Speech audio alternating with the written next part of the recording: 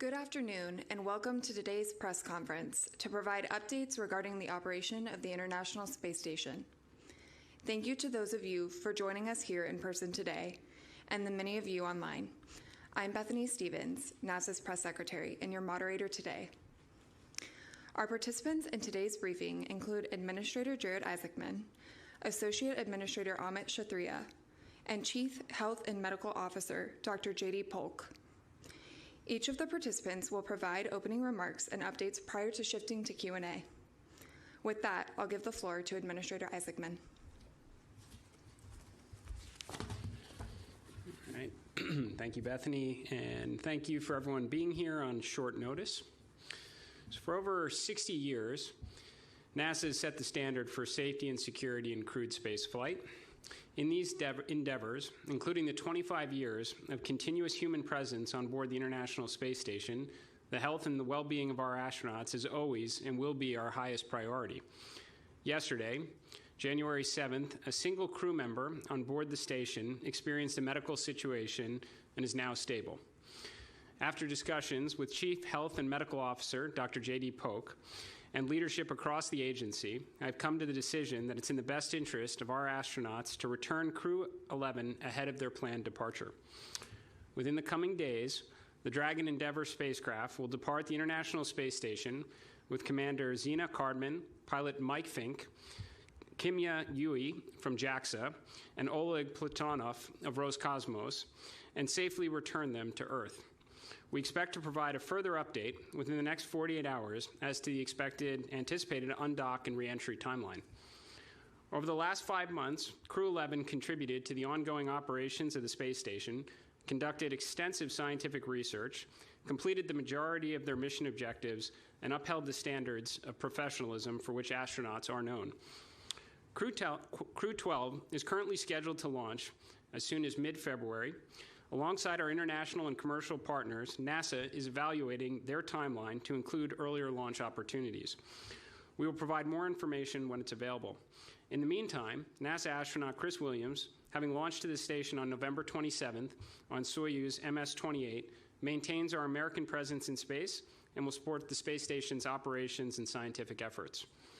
NASA astronauts and our teams in mission control and our professionals who train for every possible scenario at every step of the mission, including moments just like this. I'm proud of the swift effort across the agency thus far to ensure the safety of our astronauts, and I know NASA and our commercial partners will successfully bring Crew 11 safely home. And with that, I'll turn it over to Associate Administrator Amit Kshatriya. Good evening. Thank you, sir. I'll be brief. We'll get to Dr. Polk as soon as we can, but I'll just add a few comments. In every discussion over the last 24 hours as we've assessed the situation, crew safety has always remained our highest priority, and as it always is across the agency. We never take shortcuts. We never compromise when it comes to protecting our astronauts. The work accomplished during this period reflects the precision and professionalism of the flight control teams on the ground and the astronauts aboard ISS.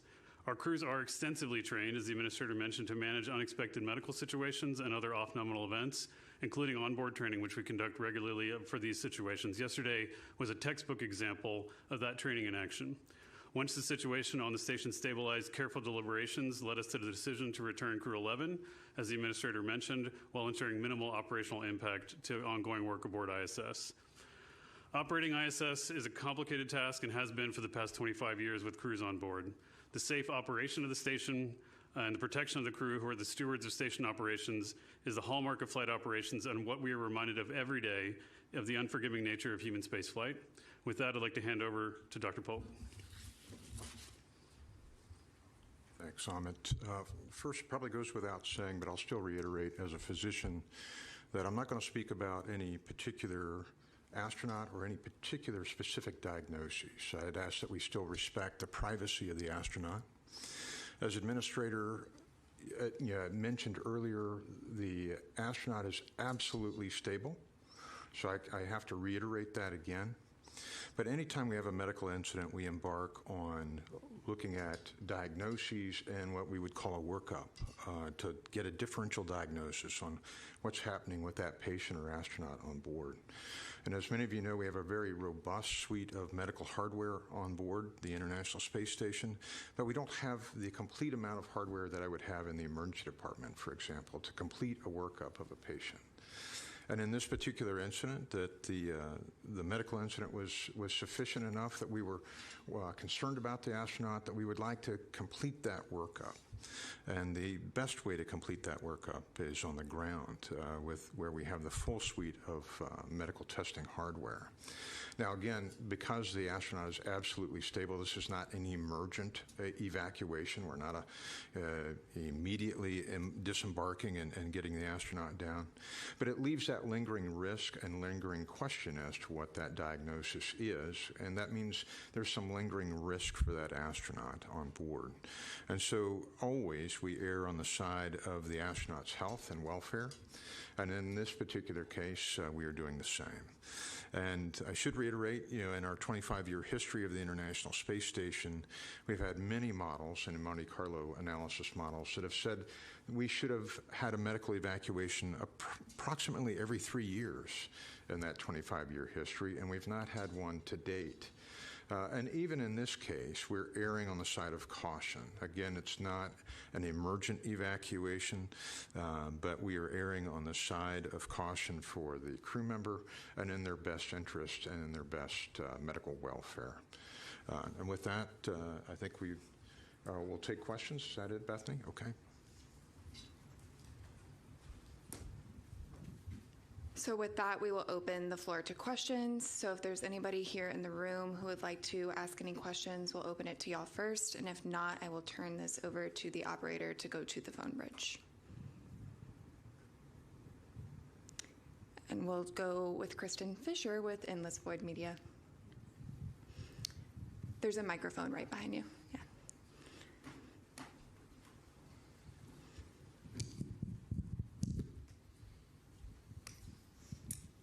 Thank you all so much for holding this briefing.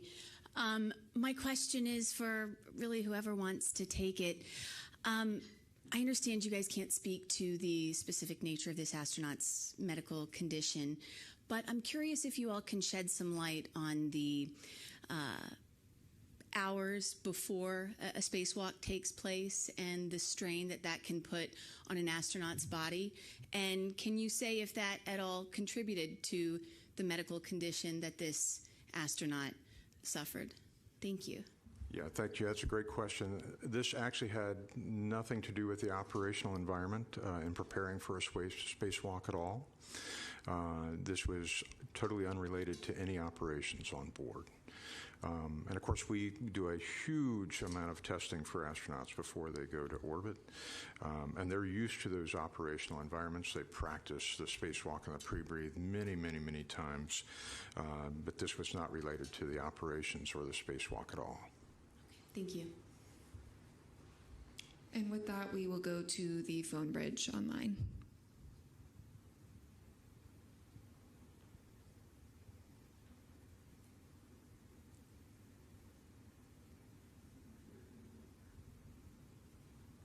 Thank you. We will now begin the question and answer session. If you'd like to ask a question, please press star one.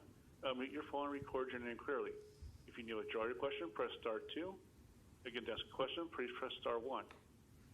Our first question is from Bill Harwood from CBS News. Go ahead, your line's open. Thank you very much. Bill Harwood, CBS News. This is either for the administrator or Amit.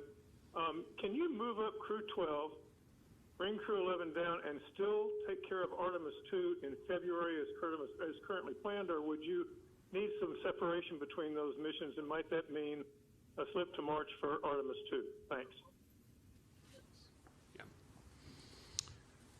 So the question was, if we pull up the timeline on Crew 12, will that have the potential to interfere with our Artemis 2 preparations? These would be totally separate campaigns at this point. We would, as we mentioned before, we're still evaluating what earlier dates would be achievable, if any, for Crew 12. So Right now, we're going to look at all of our standard process to prepare for Crew 12 and look for opportunities if we can bring it in while simultaneously conducting our Artemis II campaign. There's no reason to believe at this point in time that there'd be any overlap that we'd have to deconflict for. Next question is from Joey Roulette from Reuters. Go ahead, your line's open. Hey, thanks. A question for anyone who can answer it. Can you say if this medical issue is related to an injury that was sustained on the space station? I know we said it wasn't related to any operational environment or operational issues, but was it an injury versus some other type of medical issue? And then also, is there anything you have to do regulatorily with Crew Dragon in order to get it to come home early? Like, do you have to work with the FAA for some kind of emergency situation? Thanks. So perhaps I can just hit the second part of that question, and then Doctor, if you want to address the first part. I mean, first of all, this is not an emergency deorbit. We retain the capability to bring astronauts home in a matter of hours if necessary. So this is recognizing, first of all, we're always going to do the right thing for our astronauts, but it's recognizing it's the end of the Crew 11 mission right now. They've achieved almost all of their mission objectives. Crew 12 is going to launch in a matter of weeks anyway. This is an opportune time when the vehicle is ready, when weather supports, to bring our crew home. So that's how it's looking. That's why we're going to get back to you in the next couple days as to what that timeline looks like. But it is not an emergency deorbit, even though we always retain that capability, and NASA and our partners train for that potential routinely. And then if you want to address the first part of the question. Yeah, once again, this is not an operational issue. This is not an injury that occurred in the pursuit of operations, if that was the question. But unrelated to the operational environment that we have right now. It's mostly having a medical issue in the difficult areas of microgravity, and with the suite of hardware that we have at our avail to complete a diagnosis. And now we'll move to Stephanie Chin of NHQ. Yeah, hello, thank you. So two general questions.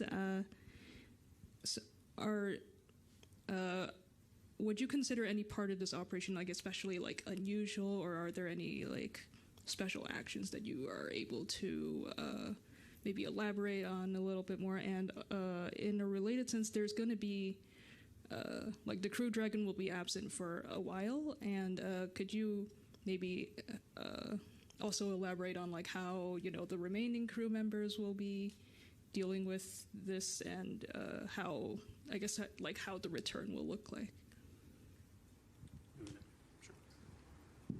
I'm so sorry. The first part of your question, is it unusual? I'm sorry. Yeah, like is this like especially uncommon, or like? Well, as Dr. Polk mentioned, it's the first time we've done a controlled medical evacuation from the vehicle, so that is unusual. However, the procedures we're using to prepare for that are nominal procedures, because again, what's important to us is the whole crew, and we don't want to do anything, given the nature of the condition, that we put any other additional risk on the crew by diverging from our normal processes. So that's why we're doing essentially a controlled and expedited return.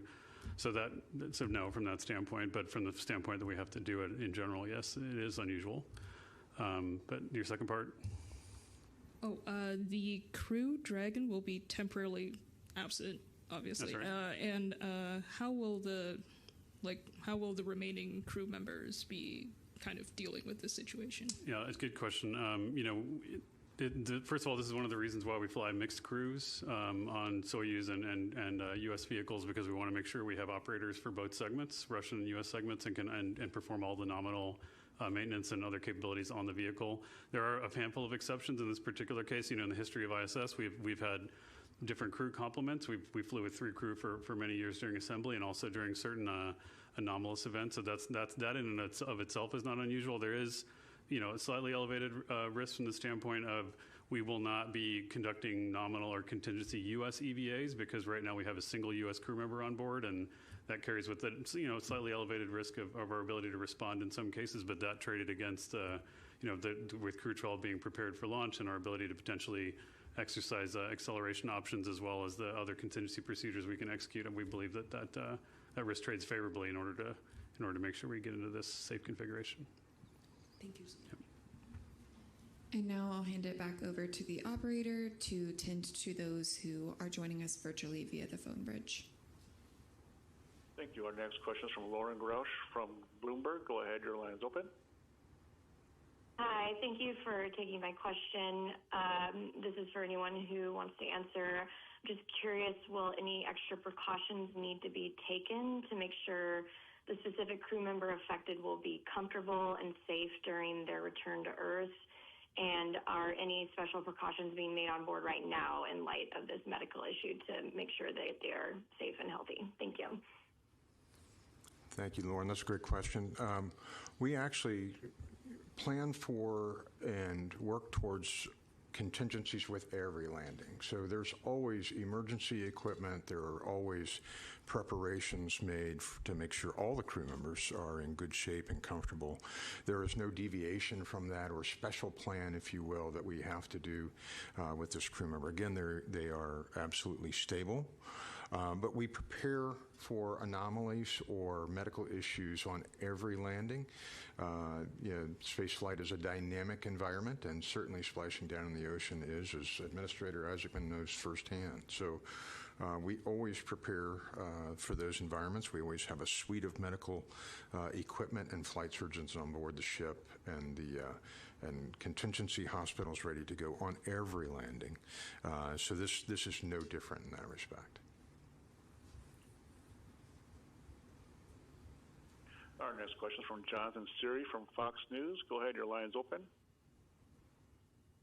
Yeah, thank you so much for doing this. This is a forward-looking question for Jared Isaacman. As NASA looks ahead to establishing a permanent presence on the moon and long-duration missions to Mars, what in-space medical capabilities would you like to have in place to support crew members?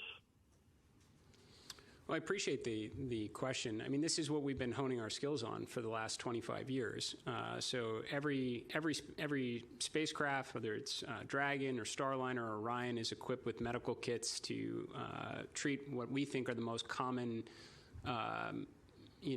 medical developments that will happen as a result of being in the microgravity environment. The International Space Station is far more equipped. It has extensive capabilities, which is why we've done such a fantastic job over the last 25 years of caring for our crew members as they've maintained a continuous presence on orbit. So we are doing all of this to continue to learn.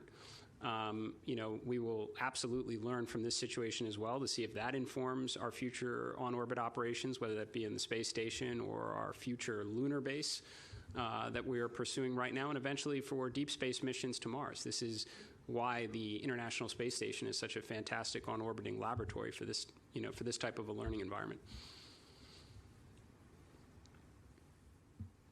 Our next question is from Denise Chow from NBC News. Go ahead, your line's open.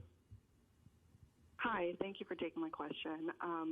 Just for whoever is able to answer it, I was just wondering if someone could provide any kind of insight into how the entire crew is feeling. I understand astronauts are trained for all sorts of contingencies, but given that this is quite rare and unusual, I'm just wondering how the disposition of the crew members. Thank you. I think we can all probably weigh in because we've all been having communication with the flight controllers, and I've spoken to crew members as well quite recently. This is exactly what our astronauts train and prepare for.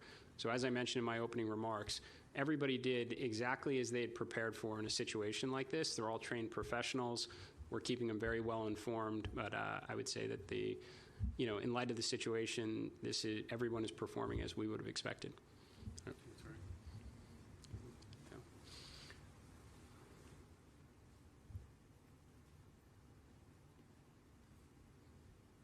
We can continue online with the phone bridge. Our next question is from Eileen Klautz from Aviation Week in Space Technology. Go ahead, your line is open. Thanks very much. It's Irene Klautz. Are you planning any changes in the splashdown convoy and any changes also in just the deorbit and splash procedures? Would you be activating any additional sites to avoid weather delays or anything else you might be thinking of at this point? Thanks. I think, Irene, my understanding of the situation right now, we are planning for what would, other than the fact that we have pulled forward the timeline, a completely nominal deorbit. So we would still be targeting the same approved splashdown locations. We already prearranged various medical facilities as a standard, as part of our standard operating procedure, as the doctor explained previously. So we always retain the capability for an emergency deorbit, and I think that does speak to the situation and our confidence of how we're managing the situation. Is this is not an emergency deorbit where we would consider other than our pre-planned sites. So right now we're looking for the correct opportunity to use our existing landing sites, our existing recovery vessels alongside our partner.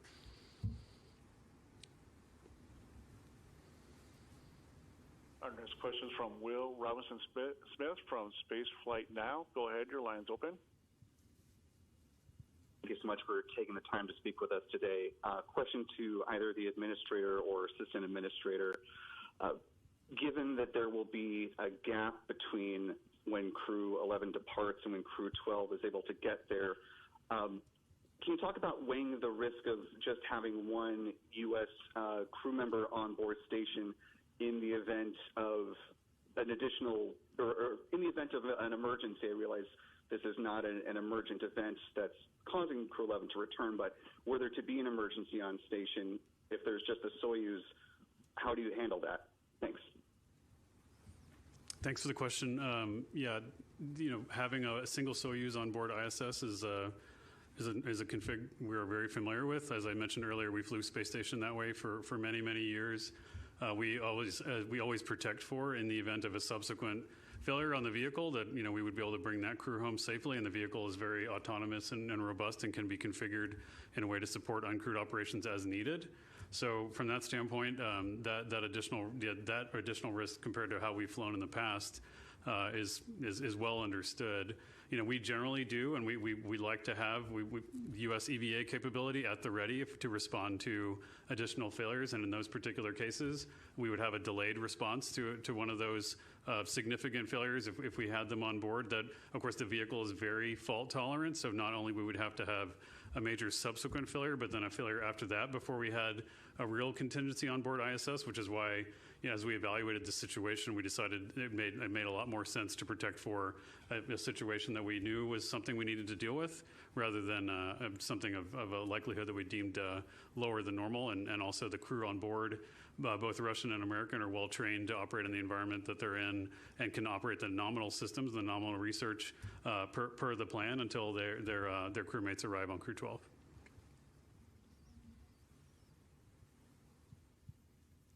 Next question is from Anthony Leon from Spectrum News. Go ahead, your line's open. Hello, that's Leonie. Thank you so much, all three, for taking the time to speak with us today. My question is, I guess, for Mr. Isaacman. Going forward, will NASA consider having an actual medical officer, MD, on board the ISS and future space missions? And this is for Dr. Polk. How's the crew equipped to dealing with medical issues that were to come up in this situation? Can you sort of explain how they were able to help this astronaut who had this medical issue? Thank you. So, to just address from my portion in this, all of our astronauts go through extensive medical training. There is, as I described before, a lot of capabilities on the International Space Station that our astronauts interact with routinely, whether it's part of their science and research obligations or just training simulations for these type of contingencies. I don't think if one of our astronauts on board was a medical doctor, it would have changed anything as it relates to our decision process on this. I think that speaks to their level of training. Also, our teams on the ground. We have flight surgeons, and not to mention numerous other surgeons and doctors that are available to weigh in on these type of situations. So, I think simply put, if you have enough people in a challenging environment of microgravity for now approaching, or exceeding a quarter of a century, certain situations will develop that almost regardless of the on-orbit capabilities, you're gonna take the correct action to bring them home. And I think that's worth reinforcing too, that we are exercising the capabilities that were designed into the International Space Station at will right now. So we can bring our crew home early in a safe way, not in an emergency, to its nominal landing site, because they largely completed their mission objectives. We can evaluate Crew 12, which is weeks away, potentially pull them forward, and do so and operate the station in its intended environment. We have an American astronaut on board. It's why they fly on Soyuz. It's why we fly Roscosmos astronauts on our vehicle. And as Amit pointed out before, this is also an environment that we operated the space station on for many, many years prior to our current Crew Dragon capabilities.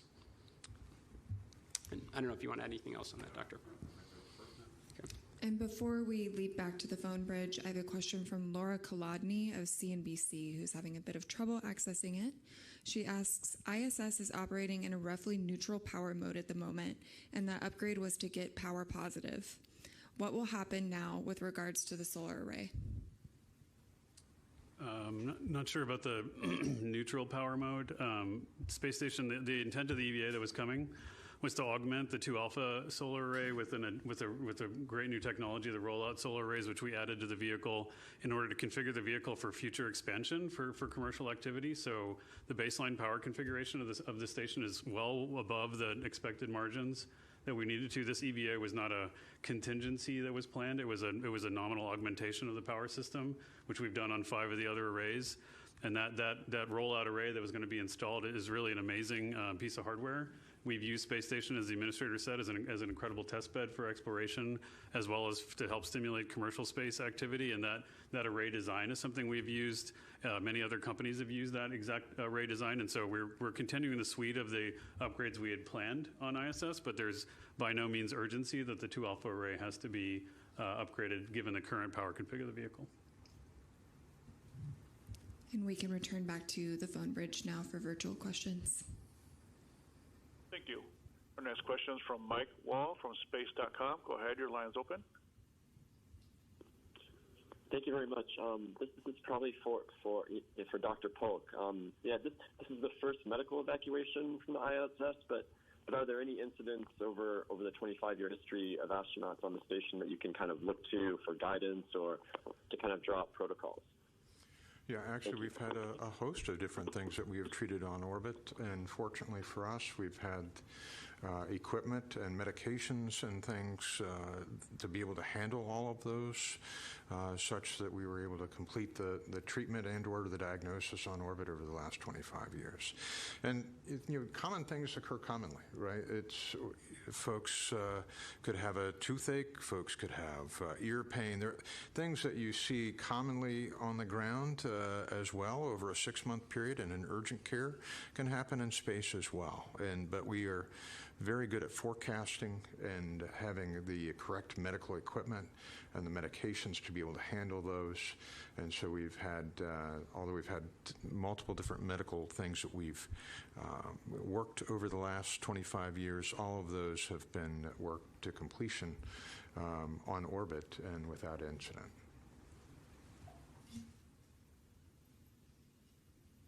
Next question is from Marina Corin from Freelance Journalist. Go ahead, your line's open. Hi, thank you. This question is for Dr. Polk. Could you give us a sense of what the affected crew member will experience over the next couple of days? Have they been told to stop working? How often will they be talking to medical personnel on the ground? And will any of the crew members be asked to provide them with medical support? Thank you. I couldn't hear that either. The question was if we are monitoring the crew member, are we restricting any of their activities, such that's all. Yeah, I won't really go into a lot of detail on that one because I think that gives maybe too much detail to allude towards a diagnosis or skirts up close to the privacy aspects. Certainly the crew surgeons are monitoring the crew member and they will amend or alter anything that they see fit on the crew member if they need to. But the crew member, again, is absolutely stable. And so, I don't foresee massive changes to the timeline or their activities.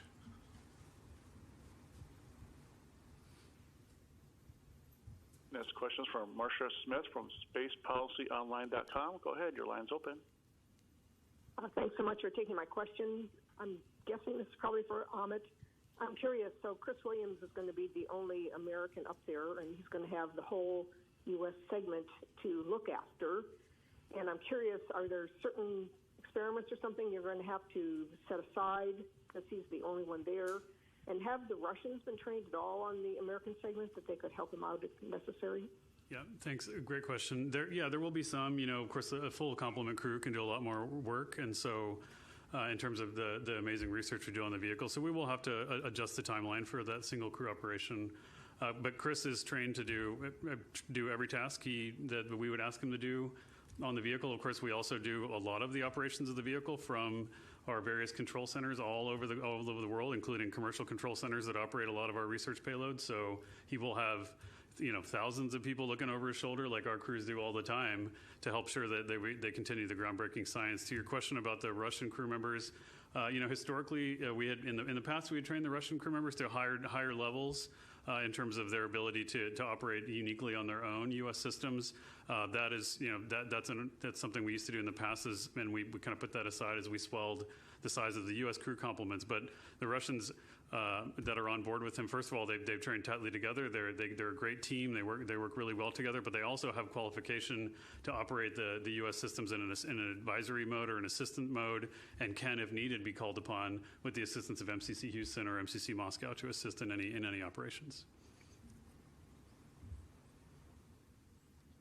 Next question from Ryan Kenton from NASA spaceflight.com. Go ahead, your line's open. Thanks very much for doing this, Ryan Caton, NSF.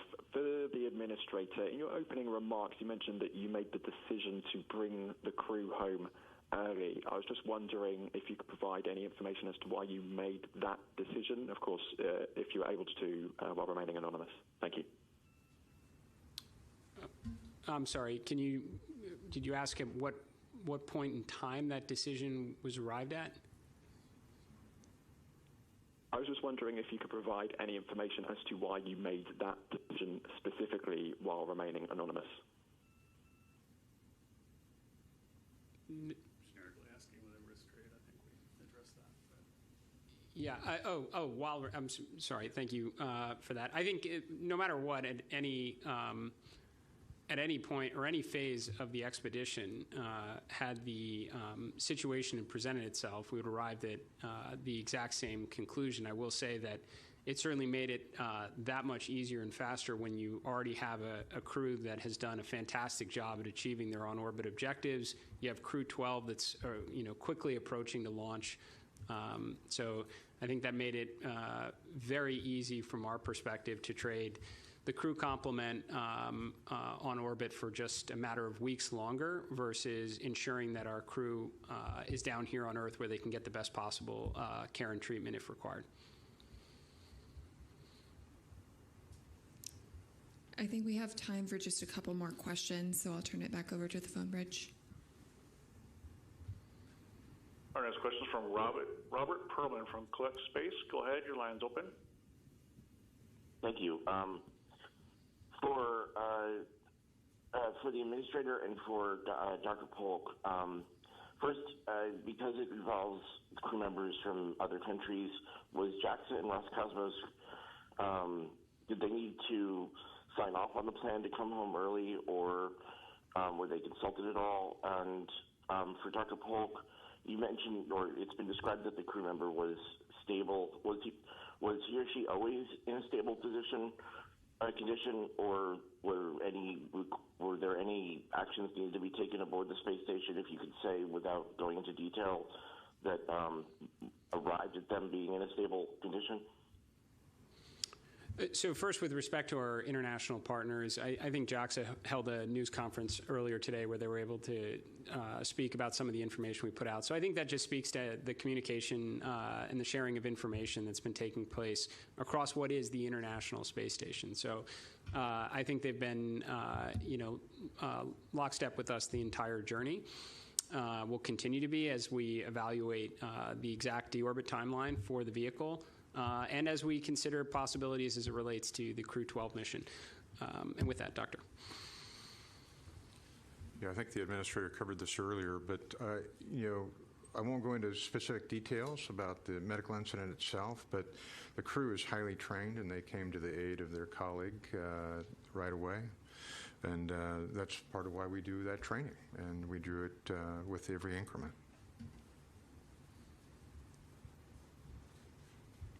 Next question is from Manuel Mazzandis from Exploración Espacial. Go ahead, your line is open. Thank you so much. Manuel Mazzanti from Exploración Espacial. A question for Administrator Isaacman. I wonder if you can provide more details. If this decision was consensual with a crew member that was not feeling well, and now that the decision, that the situation is stable, I don't know if this crew member was insisting on staying. I'm feeling well, I want to stay up to the remaining of the mission, and then unilaterally NASA decided, no, is it better for all of you to come back earlier? Can you provide more details on that decision? Thank you. So I think, as we mentioned before, obviously this was a serious medical condition. That is why we're pursuing this path. Crew member is stable, as we mentioned. We're not electing an emergency deorbit, but obviously, as we've already communicated, the capability to diagnose and treat this properly does not live on the International Space Station. And I think there's pretty broad agreement across our experts here on the ground, as well as the crew members in space. So I think there's complete alignment around that point. And we have time for just one more question, so we will toss it to the phone bridge for David's question. Our last question is from David Curley from Full Throttle. Go ahead, your line's open. Dr. Polk, I know you're in the middle of an incident. A little early to talk about lessons learned, but we've talked about diagnostics. Have you decided, are there diagnostic tools? Is there something that's coming with AI that might help with this kind of situation in the future? What are you thinking about beyond this incident? Yeah, that's a great question. As the administrator mentioned before, we're always learning new things with each increment, and that's the value of the International Space Station. And we are looking at AI, we are looking at all tools, and of course, medical hardware, medical technology evolves over the years very rapidly, and of course with AI even more so over the last several years. And so we're looking at all potential technologies, including AI, to augment the crew's health and safety, especially as we get to Moon and Mars. And that'll be the advantage to the Moon as well, is to use it as a test bed for many of these technologies on our way to Mars. And with that last question, I will turn the floor over to Administrator Isaacman for any closing remarks. I appreciate everybody responding and being on site and with good questions right now. As I mentioned before, we are exercising the capabilities that we have pioneered over the life of the International Space Station. We have the ability to bring our crew member home under these circumstances in a very planned and controlled way. We have the ability to evaluate Crew 12 and their timeline and look for opportunities to potentially pull that forward if required. The International Space Station, and the way we design our crew complements between the vehicles, is meant for this type of circumstance. That's why we will retain an American crew member to interact with the American segments, and that's also why we fly Russian and international crew members on our vehicles. So this is proceeding exactly as designed. This is how we train for these type of situations routinely. And what you're seeing right now is NASA communicating and being as transparent as we possibly can. And as soon as we have updates as to the next big milestones are going to be determining our reentry timeline, we will be the first to share it with you, and we will do the same with respect to our Crew 12 timeline. And thank you. And that concludes today's briefing. Thank you.